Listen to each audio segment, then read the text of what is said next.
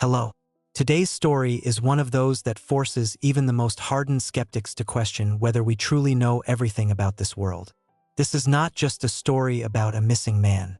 It is the account of a discovery that became the foundation of a sealed police report, and of tracks in the snow that no forensic expert has been able to identify to this day. We are going back to January 2000, to the snow-covered forests of northern Michigan, where freezing horror turned out to be more real than the bitterest frost. There, in the middle of absolute silence, the body of an experienced hunter was found. A body without a head. And the only witnesses to his final moments were tracks left in the snow by a creature that moved sometimes on two legs like a human, sometimes on four like a beast. This story begins on January 15, 2000. 40-year-old Richard Collins, an engineer from Grant, was a man who seemed born in the wrong era. He preferred the silence of the forest to the bustle of the big city, and tracking game to office routine. Hunting for him was not just a hobby. It was a true passion and a way to connect with nature. He knew the Manistee National Forest like the back of his hand. Every trail, every ravine, every spot where you could meet a deer or a moose. His wife Carol Collins later told investigators that Richard could disappear into the woods for hours and always returned with a kill or, at the very least, with stories. He was extremely careful, never took unnecessary risks, and always carried everything he needed. A powerful Remington 700 rifle, a radio tuned to the emergency frequency, and a survival kit. That Saturday morning, he kissed his wife as usual and promised to be back by sunset. The weather was perfect for winter hunting. A light frost of about -10 degrees Celsius and fresh, untouched snow that had fallen the night before. Ideal conditions for reading tracks. Carol began to worry when the clock hands passed 7 in the evening. The sun had long set, yet Richard's old pickup truck still had not appeared in the driveway. At first, she pushed away the dark thoughts. Richard was an experienced hunter. He could have gotten carried away chasing an animal and lost track of time. He could simply be waiting out something in a blind. But when another 2 hours passed and the radio at home remained silent, anxiety turned into real fear. Mobile service in those forest areas in 2000 was practically non-existent, and the radio was the only way to reach her husband. But her calls were answered only by dead static. At 10 p.m., unable to stand the tension any longer, Carol called the Manistee County Sheriff's Office. The duty officer took the call but immediately explained that launching a full search in the night forest under freezing conditions and deep snow was too dangerous for the rescuers themselves. He assured Mrs. Collins that the first team would be on site at dawn. Carol spent that night without sleep, staring into the dark window and listening to every rustle, hoping to hear the sound of the approaching pickup. At dawn on January 16th, the search operation began. Richard's pickup was found quickly. It was parked at one of the unofficial entrances to the forest that local hunters often used. Next to the truck in the snow were clear ski tracks. They were Richard's. They led straight into the depths of the forest, even and confident. The search team, made up of sheriff's deputies and several volunteer hunters who knew these woods, followed the trail. The first several miles raised no concerns. The tracks moved steadily. It was clear the man was not in a hurry, carefully scanning his surroundings. He was obviously tracking game. About 3 miles in, the group stumbled upon the first strange detail. To the left of the ski trail, about 20 meters away, lay the carcass of a large male deer. At first glance, nothing unusual for a winter forest. But when one of the volunteers, an old hunter named Bob, approached closer, he froze in place. The deer was dead, but not from a gunshot. Its neck and side had been torn open with incredible force. This did not look like the work of a wolf pack. They usually leave multiple bites while tearing at the victim. It also did not look like a bear attack. The wounds were ragged, as if something had sunk huge claws in deep and simply ripped out chunks of flesh. The strangest part, most of the carcass remained untouched. The predator had not killed for hunger, it had simply killed. Bob later said in his report that in 40 years of hunting, he had never seen anything like it. It looked like a senseless, furious slaughter. The searchers exchanged uneasy glances and moved on. Richard Collins's ski trail passed right by the dead deer. Judging by the tracks, he had seen it too. His skis stopped for a moment, then the trail continued, but now at a slightly changed, faster pace. It seemed this discovery had made him cautious and hurried him along. He was no longer slowly stalking prey. Now he was moving with clear purpose. Another half-mile later, the trail led the group to a small snow-covered clearing surrounded by dense pines. And here the sight that met their eyes silenced even the most seasoned searchers. Richard Collins's ski tracks simply ended in the middle of the clearing. They stopped abruptly, and around them was what one of the officers later called a scene of pure chaos. On the snow lay his Remington 700 rifle. Its thick wooden stock had been snapped in half like a matchstick. The metal barrel was bent at an unnatural angle. To do that to harden steel required inhuman strength. Nearby lay scraps of his backpack, torn to shreds, and a single glove. The snow around was trampled, but not in the way a fight between two humans would look. This was something else. Among the footprints of Richard's own boots were other tracks that froze the blood in everyone's veins. They were prints of huge bare feet about 14 inches long, roughly 35 centimeters. But the shape was completely abnormal. The heel was unnaturally narrow, the toes long, and at the tip of each toe a deep claw mark was clearly pressed into the frozen ground. The creature that left them had been standing on two legs. In the snow were two chains of these tracks. The stride length was enormous, almost 2 meters, indicating incredible height and power. But the most terrifying part was not that. In some places the tracks changed. The bipedal gait suddenly switched to prints of 4 limbs. To the rear paw prints were added front prints resembling those of a huge dog or wolf, but again with those same horrifying long toes and claws. The creature could move both as a human and as an animal. From the spot where the rifle had been broken, a deep furrow stretched across the snow, as if something heavy had been dragged. Beside the furrow ran a chain of those monstrous tracks, now only on 2 legs. One of the young deputies, on his first major operation, could not hold it and vomited right into the snow. The team leader, a gray-haired, unflappable veteran, radioed the station. His voice was tense and quiet. He reported that they had found the site of a presumed attack and were following a trail that led deeper into the forest thicket. He did not go into detail about the nature of the tracks over the open channel. He simply said, "Send the coroner and tell the sheriff to come personally. He needs to see this." The group, weapons ready, slowly followed the furrow deeper into the woods, peering into the dark thicket where something ancient and completely alien to human understanding seemed to be watching them. The search team followed the trail for about 50 yards. 50 yards of absolute ringing silence broken only by the crunch of snow under their boots and their heavy breathing that escaped in clouds of steam. The forest here was denser. Ancient pines stood so close they barely let in daylight, creating an oppressive twilight. The furrow in the snow left by the dragged body led straight to the base of a large snow-covered boulder. And there the trail ended. What they saw next would remain burned into the memory of every man present for the rest of their lives. Richard Collins's body lay on its side, propped against the rock. His orange hunting vest was torn to shreds, exposing his chest.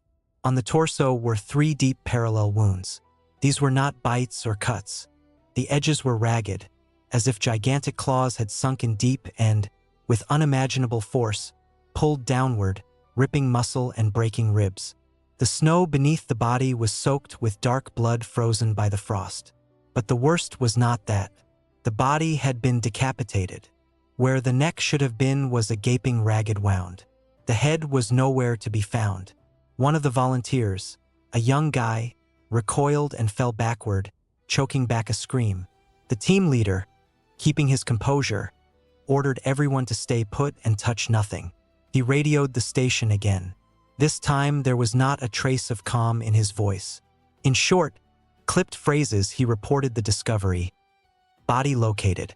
Victim, Richard Collins. Signs of violent death. Extremely unusual in nature. I repeat, extremely unusual. He circled the site several times, carefully studying the tracks. The monstrous prints were everywhere.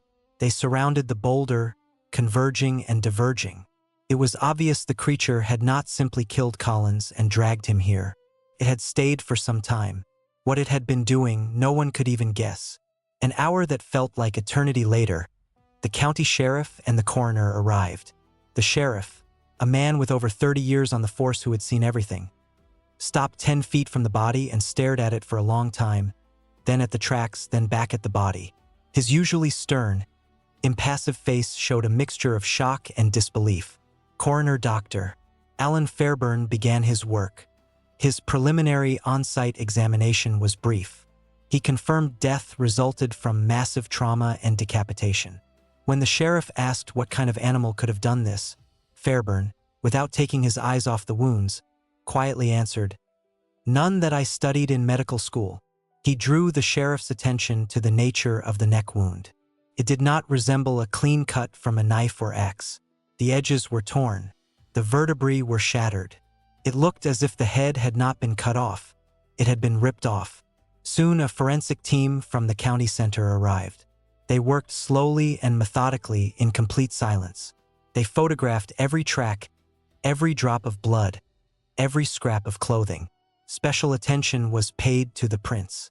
Dozens of plaster casts were made of both the bipedal and quadrupedal tracks. A thorough search of the area within 100 yards yielded no results. Richard Collins's head had vanished. It was never found. As the body was being removed, one of the officers noticed something else. On the trunk of a pine tree near where the broken rifle had lain, at a height of about 9 feet, almost 3 meters, were deep scratches. 3 parallel grooves that had stripped the bark and left marks in the wood itself. He called the sheriff. The sheriff looked at the scratches, then at the wounds on Collins's chest. The pattern matched. In the following days, investigators tried to piece together what had happened. A firearms expert who examined the remains of the Remington 700 wrote in his conclusion that the damage required a single application of force equivalent to several thousand pounds per square inch. He categorically rejected the idea that the rifle could have broken from striking a tree during a fall. This weapon was deliberately broken, the report stated, as if it had been gripped at both ends and bent over a knee. Only that knee was made of steel. The autopsy report prepared by Dr. Fairburn was even more disturbing. Confirmed his initial findings. The ragged chest wounds reached 3 inches deep. 3 ribs had been broken and driven inward. The cause of death was listed as traumatic decapitation. In a sealed addendum to the official report, not intended for the press, the coroner added, "The nature of the damage to the bone and muscle tissue of the cervical spine is incompatible with any known predatory animal in North America and does not correspond to damage from cutting or chopping tools." But the main mystery remained the tracks. The plaster casts were sent to the state's leading biologist and to the FBI crime lab. The answers that came back were staggering. Every expert stated in unison, "These prints do not belong to any known species. This is not a bear. The shape of the foot and the placement of the toes are completely different, not to mention the bipedal movement. This is not a primate." Primate tracks had never been recorded in Michigan. Moreover, the claw prints were incompatible with ape anatomy. The theory of human hoax was also dismissed. Judging by the depth of the prints in the packed frozen snow, the creature weighed at least 400 to 500 pounds, around 200 kilograms. No human, even on specially constructed snowshoes, could have produced such pressure or such a gait pattern. The FBI expert's conclusion was dry and laconic. Origin of the tracks undetermined. Officially, for the press, the version given was an attack by an unusually large and aggressive black bear that had come out of hibernation. The Michigan Department of Natural Resources even organized a show hunt for the man-eating bear, which, of course, produced no results. Richard Collins's case was quietly closed with the wording "hunting accident." But in the small towns surrounding the Manistee Forest, people knew it had not been a bear. Among the old loggers, hunters, and local native residents of the Ottawa tribe, whispers began to spread. They recalled old stories, stories their grandfathers had told their fathers, and those fathers had told them. Stories about a creature that comes with the first snow. Bipedal, with the body of a man but the head of a huge wolf or dog. It was called by different names, but the most famous was Dogman, the dogman. For decades, it had been considered just a local campfire tale, folklore fed by random sightings, and the famous song recorded on a local radio station in the 80s. It was a legend for tourists and entertainment around the fire. But after January 2000, no one laughed anymore. One of the lead investigators on the case, a detective whose name we will not reveal, could never accept the official version. Several months before his transfer to another state, he wrote an internal memorandum for the sheriff. This document never became part of the official file. In it, the detective point by point refuted the bear theory. The broken rifle, the scratches at 9 feet, the anatomically impossible tracks, the decapitation of the victim, and the theft of the head. At the end of his report, he wrote, "All physical evidence available to us indicates that Richard Collins was attacked and killed by a large, unknown-to-science predator capable of both bipedal and quadrupedal movement. I cannot provide a rational explanation, but I am convinced it was not a bear." That is where the official story ends. But the real one is only beginning. What happened next became a quiet, invisible war between the official version and the inconvenient truth. Richard's widow, Carol Collins, never accepted the bear attack conclusion. In numerous interviews with local newspapers that went unanswered, she repeated the same thing. Rick was no novice. He knew bear behavior better than anyone. He would have heard it, smelled it. He would never have let an animal get that close. And his rifle? He cleaned it after every hunt, cared for it like a child. The idea that a bear could simply snap it like a twig is absurd. They are lying to me. They are lying to all of us. Her attempts to secure a new investigation hit a wall of polite but impenetrable bureaucratic refusal. The case was closed. For the authorities, the story was over. But not for those who lived beside the forest. That winter and in the years that followed, fear settled into the hearts of the local community. Hunters stopped going into the woods alone. Loggers working remote sites tried to finish early and return to town before dark. Dozens of new stories appeared. Strange howling sounds coming from the thicket at night that did not sound like wolves. Giant tracks found near frozen lakes. Hunting dogs that refused to enter the forest and cowered in terror at their owners' feet. Most of these accounts were dismissed as mass hysteria fueled by the Collins tragedy. But there were too many to simply ignore. The detective who wrote that internal memorandum was transferred to Detroit just 6 months after the incident. Many believed it was not a promotion but a way to remove an overly persistent truth seeker from the county. But before he left, he passed copies of his unofficial notes and photographs of the plaster casts to one man, a local journalist and regional historian who for decades had been collecting folklore and strange stories of the area. This journalist, together with a retired biology professor from Traverse City University, began his own unofficial investigation. They dug through archives and found a pattern. It turned out that every 70 years in the region events occurred that did not fit the normal picture. In 1992, 2 tourists reported to police that at night some huge creature had tried to rip the roof off their trailer parked at a forest campsite. Deep scratches identical to those found on the tree near Collins's death site remained on the aluminum siding. In 1987, a farmer found 11 of his sheep killed the next morning. They had not been eaten, merely torn apart and scattered across the field. The veterinary report listed an attack by a pack of stray dogs, but the farmer swore until the day he died that he had seen a dark bipedal silhouette on the hill that night. All these cases had been treated as isolated incidents, dismissed as fabrications or misidentification of animals. But now, in the light of the Collins case, they formed a single terrifying chain. And then, almost 5 years after the tragedy, the journalist found the final missing piece of the puzzle. He tracked down an old trapper, a hermit named Frank, who lived in a remote cabin north of those woods. Frank had never spoken to authorities or the press, but when the journalist brought him supplies and simply sat down to talk, Frank finally told his story. On January 15, 2000, the day Richard Collins died, Frank had been checking his traps a few miles east of that same clearing. Dusk was falling. Suddenly, the forest silence was shattered by a sound that froze the blood in his veins. It was not a roar. It was a furious, guttural howl of primal rage. Almost immediately, it was followed by a short human scream that was cut off so abruptly it was as if someone had simply clamped a hand over the man's mouth. Frank dropped to the ground without thinking and crawled under low spruce branches. He lay motionless for 10 minutes, listening. The forest fell silent again. Then he saw movement. Between the trees, about 100 meters away, a tall, dark figure was moving.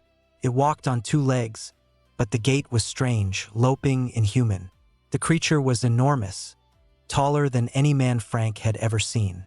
Against the white snow, its silhouette stood out clearly. And the most memorable detail Frank still sees in nightmares was the profile of its head. An elongated muzzle like that of a huge dog or wolf. It moved quickly, and in one hand, human-like but covered in dark fur, it carried something dark and round, passed by and disappeared into the thicket. Frank lay in his hiding place for another hour until it was completely dark, then abandoned his traps and ran from the forest as fast as he could. He told no one. "Who would have believed me?" he said to the journalist.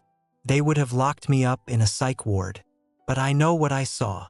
This story was never published, but it explains why the authorities clung so stubbornly to the bare version. To admit the truth would have meant acknowledging that in the forests of a national park popular with tourists and hunters there lived something with no name in zoology textbooks. Something powerful, intelligent, and lethally dangerous. It would have caused panic that could not be controlled. It would have destroyed the entire region's tourism industry. It was simpler to blame one rogue bear, write the tragedy off as an accident, and quietly bury all the evidence. And that is exactly what happened. The plaster casts sent for examination were lost in transit between agencies. The detective's internal memorandum disappeared from the archives. Richard Collins's case gathered dust on a shelf, becoming just another tragic story that happens in the wild. But for those who know the details, this story is not over. It became a grim warning, a warning that there are places where man is not the crown of creation but merely prey. And when the sun sets over the forests of northern Michigan and the cold wind howls through the pines, local residents still sometimes whisper that it is not the wind. It is the dogman coming out to hunt, and no one knows where or when it will strike next.